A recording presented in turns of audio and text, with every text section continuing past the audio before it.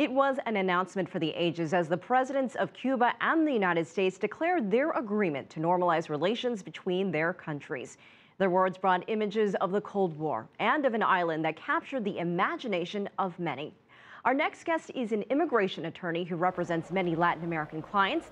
Among the cases he has worked on is the Elaine Gonzalez custody battle, which returned the Cuban boy to his father in Havana. Jose Pertierra, thank you so much for joining us here on America's Now. What was your reaction when you heard the news that these two presidents decided that they will normalize relations between their two countries? I was in Cuba. I was there on the 17th of December. I was at a conference at the School of Foreign Service, and we heard that there would be simultaneous announcements by President Obama and President Castro, and at noon. And so we all stayed around to see what would happen. And there was jubilation in the room, jubilation in the streets of Cuba. Very beautiful thing happened. The students at the School of Foreign Service, after they heard President Obama's speech, came down the stairs and invited people to go with them to the American Embassy, the U.S. interest section. Many demonstrations have occurred through the ages there. But in this one, when the students got there, they stood in front of the embassy and they clapped. And the diplomats usually hide behind desks.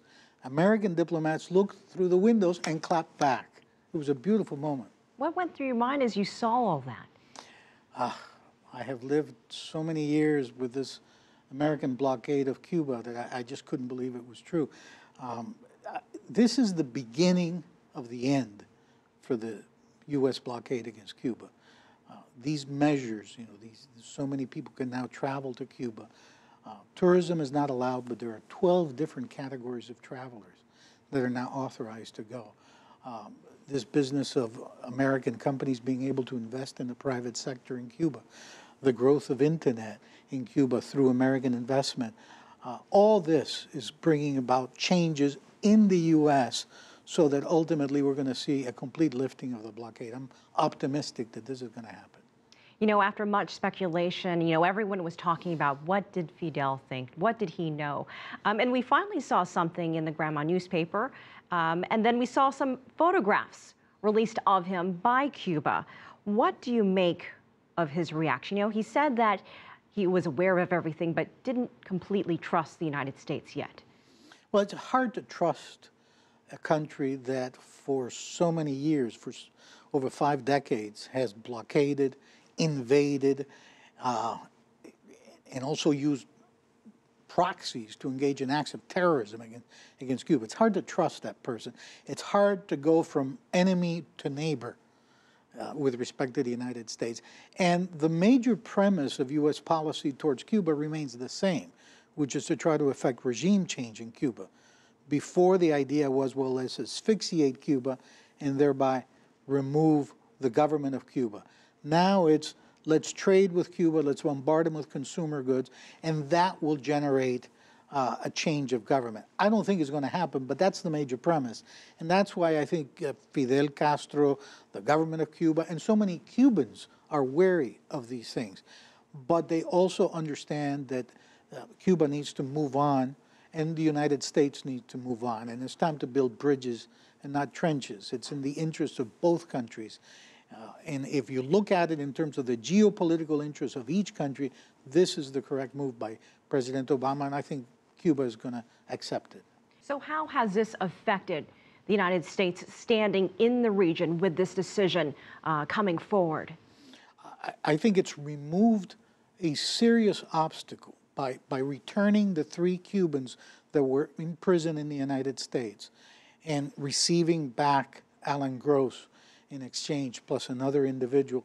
The United States has removed a huge obstacle because the opinion of Latin America is that the United States was unjustly holding these 3 men. And I was in Cuba, I saw them when they were released. It was a beautiful thing to see them reunited with their families. It's time to move on. These people were in prison during the Cold War. The blockade is a product of the Cold War, and the Cold War is now over. And we need to move on to serious business. Let's trade with one another. Let's respect one another. The United States has differences with Cuba, and Cuba has differences with the United States. And what the United States has to understand is that Cuba doesn't belong to the United States. The United States can tell a judge in Alabama how to conduct his business and to follow the U.S. Constitution, but it can't tell the people of Cuba or the government of Cuba how to conduct themselves. And Cuba is not in the business of telling the United States that how things should be done in Mississippi or in Ferguson. One of the differences in this whole deal, if you will, is the issue of Guantanamo Bay. Do you think the United States should give Guantanamo Bay prison back to Cuba? And then what do you make about some of the comments that Raul Castro said recently about Guantanamo and some of the other conditions that he's putting forward in this negotiation between these countries? Well, Guantanamo belongs to Cuba. Historically, it belongs to Cuba. It doesn't belong to the United States.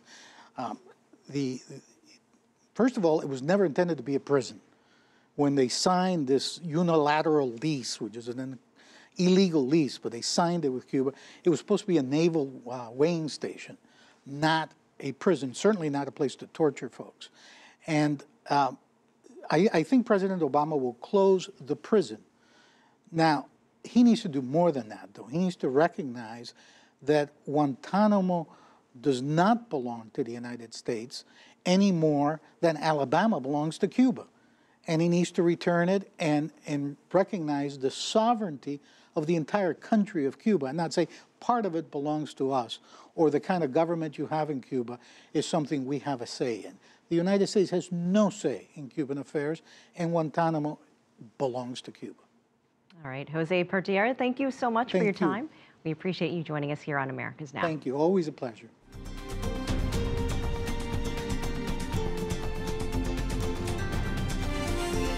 America's Now.